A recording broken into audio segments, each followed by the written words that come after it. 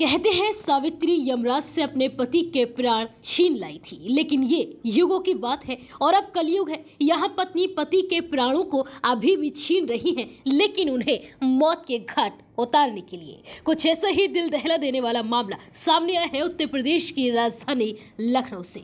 यहाँ बीते 30 दिसंबर की रात एक खस्ता कारोबारी की घर में सोते समय बेरहमी से हत्या कर दी गई और अब खुलासा हुआ है कि यह हत्या किसी और ने नहीं बल्कि खुद पत्नी ने अपने प्रेमी के हाथों कराई थी।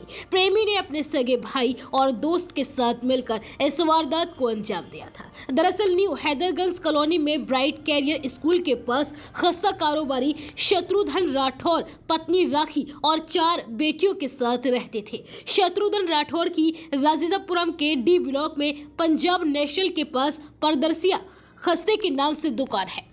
शत्रुघ्न 30 दिसंबर की रात दुकान बंद करके घर लौटे। इसके बाद खाना खाकर अपने कमरे में सोने के लिए चले गए। दूसरे कमरे में उनकी पत्नी अपनी 4 बेटियों के साथ सो रही थी। रात करीब 1:30 बजे बड़ी बेटी को दूसरे कमरे से चीखने चिल्लाने की आवाजें सुनाई थी। इस पर वह कमरे से बाहर जाने के लिए भागी, लेकिन कमरे का दरवाजा बाहर से बंद था। उसने पड़ोसियों और पास में ही रहने वाले अपने रिश्तेदारों को फोन करके मामले की जानकारी दी। एक पड़ोसी ने इस पूरी घटना की सूचना 112 पर फोन करके पुलिस को दी। इस बीच पड़ोसी और रिश्तेदार शत्रुघ्न के घर पहुंचे। अंदर जाकर देखा तो शत्रुघ्न बेड पर अचेत अवस्था में पड़े थे और दूसरे कमरे में सो रही पत्नी और बच्चों का कमरा बाहर से बंद था। रिश्तेदारों ने कमरा खोलकर पत्नी और बेटियों को बाहर निकाला। जिस कमरे में शत्रुघ्न राठौर का शव मिला वहां कोई सामान भी बिखरा हुआ नहीं था। उनकी जेब में 5,000 रुपए थे, वो भी सुरक्षित थे। मोबाइल और गले में पहनी सोने की चैन को भी बदमाशों ने नहीं छुआ था। तब शत्रुघ्न की पत्नी राखी राठौर ने पुलिस को बताया था कि रात में खाना खाने के बाद सभी लोग सोने चले गए। वो बच्चों के साथ दूसरे कमरे में सो रही थी, जबकि पति अलग कमरे में सो रहे थे। देर रात अचानक खटर पटर की आवाज सुनाई दी। इस पर वह और बेटियां उठी और दरवाजा खोलने लगी, लेकिन दरवाजा बाहर से बंद था। इसके बाद उन्होंने आवाज लगाई, लेकिन कोई उन्हें जवाब नहीं मिला। तब पड़ोसी और रिश्तेदारों को उन्होंने फोन किया। पत्नी राखी ने अज्ञात लोगों के खिलाफ घर में घुसकर पति की हत्या करने की शिकायत दर्ज कराई थी। डीसीपी पश्चिमी विश्वजीत श्रीवास्तव ने इस बारे में बताया कि मोहल्ले और परिवार के लोगों से पूछताछ में धर्मेंद्र और राखी के अवैध रिश्ते के बारे में पता चला। सर्विलांस पर नंबर चेक किया गया तो धर्मेंद्र के मोबाइल नंबर की लोकेशन घटना वाली रात राखी के घर के आसपास ही मिली। शक होने पर मंगलवार को धर्मेंद्र राठौर और उसके भाई अंकित राठौर को हिरासत में लिया गया और सख्ती से पूछताछ करने पर धर्मेंद्र ने